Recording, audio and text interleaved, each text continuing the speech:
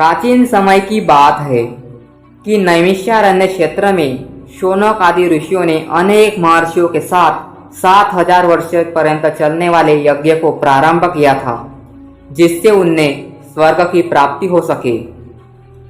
उस क्षेत्र में सूत जी पधारे, तब ऋषियों ने उनका बहुत आदर सत्कार किया, क्योंकि सूत जी पौराणिक कथा कहने में सिद्धहस्त थे और उन्होंने विभिन्न रूपों से अनुभव प्राप्त किया हुआ था।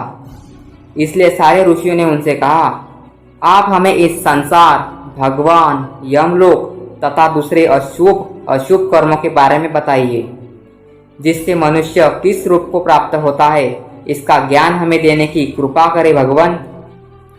सूत जी ने कहा, इस संसार के जगत के निर्माता भगवान विष्णु है।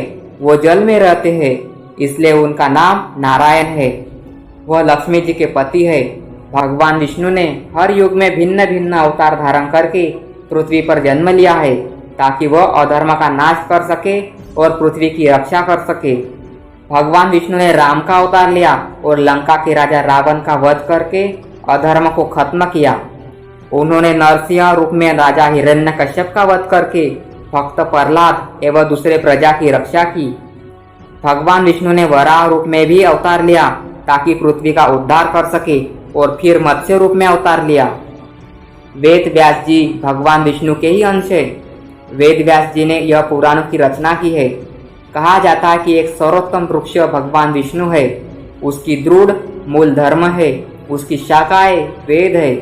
उस वृक्ष के फूल रूप में यज्ञ को मनाया गया है और फल के रूप में मोक्ष को मनाया गया है। वह सर्वोत्तम वृक्ष रूपी भगवान विष्णु ही सारे फल और मोक्ष को देते हैं। एक समय पार्वती जी ने भगवान शिव से पूछा था, आप खुद ही एक भगवान है, इस संसार के रचयिता है, तो आप किसका ध्यान करते हैं? यह सुनकर भगवान शिव ने कहा, मैं देवों और ऋषियों का ध्यान करता हूँ, उसमें विष्णु ही श्रेष्ठ है। इस संसार में परम ब्रह्मा भगवान नारायण विष्णु है और उन्हीं का चिंतन करता हूँ। भगवान विष्णु ही अनेक रूप में अवतार लेने वाले परम ब्रह्मा है। भगवान विष्णु ही अनेक रूप में पृथ्वी पर अवतार लेकर अधर्म का नाश करके धर्म की स्थापना करते हैं।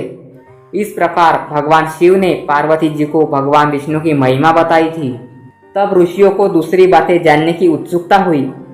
ऋषियों ने सूत जी से कहा, हे प्रभु, आपने भगवान विष्णु की श्रेष्ठता के बारे में हमें जो भी ज्ञान दिया, वह अत्यंत भय मुक्त करने वाला ज्ञान है।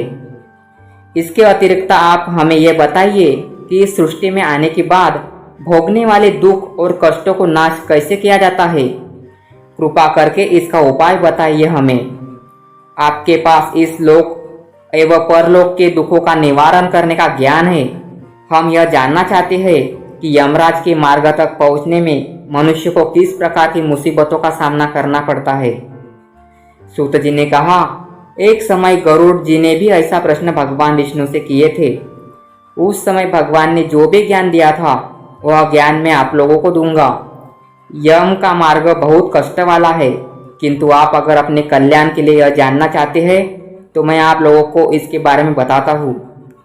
गरुड़ जी ने जब भगवान विष्णु से पूछा था कि आपके नाम की आराधना करना तो अत्यंत सरल है, आपकी भक्ति करने के उपरांत भी मनुष्य को नरक में क्यों जाता है?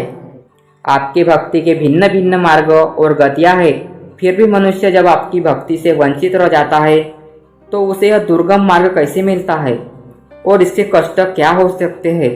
पाप करने वाले पापियों की किस प्रकार दुर्गति होती है और किस रूप में उनको नरक मिलता है? आप मुझे कृपा करके बताइए। ऐसा पूछने पर भगवान विष्णु ने गरुड़ जी को कहा, हे गरुड़, ये तुम्हें यम के मार्ग का ज्ञान देता हूँ। इस मार्ग से पापी लोग यमलोक को प्राप्त करते हैं। इसका वर्णन अत्यंत भयानक है। जो मनुष्य उग्र स्वभाव के होते हैं, धन और मर्यादा का ज्ञान जिसमें नहीं है, जिनको संसार में मोह माया है, वो मनुष्य अपवित्र होते हैं और वही नरलोक में जाते हैं। दानवीर मनुष्य मोक्ष को प्राप्त करते हैं और पापी लोग कष्टपूर्वक यम की पीड़ा भोगते हुए नरक में जाते हैं। दुष्ट और पापी लोगों को इस संसार में किस प्रकार के दुख मिलते हैं, उनकी मृत्यु किस प्रकार होती है, उसका ज्ञान मैं तुम्हें देता हूँ। इस संसार में जब मनुष्य जन्म लेता ही है, तब वह अपने पूर्व जन्म के कर्मों के हिसाब से इस जन्म में शुभ अशुभ फल भोगता है। दोस्तों, आपको ये कहानी कैसी लगी और इस कहानी में आगे क्या हुआ, यह सुनने के लिए आप कमेंट करें और चैनल को सब्सक्राइब करना बिल्कुल ना भूलें। जय श्री राम, जय विष्णु भगवान, हर हर महादेव।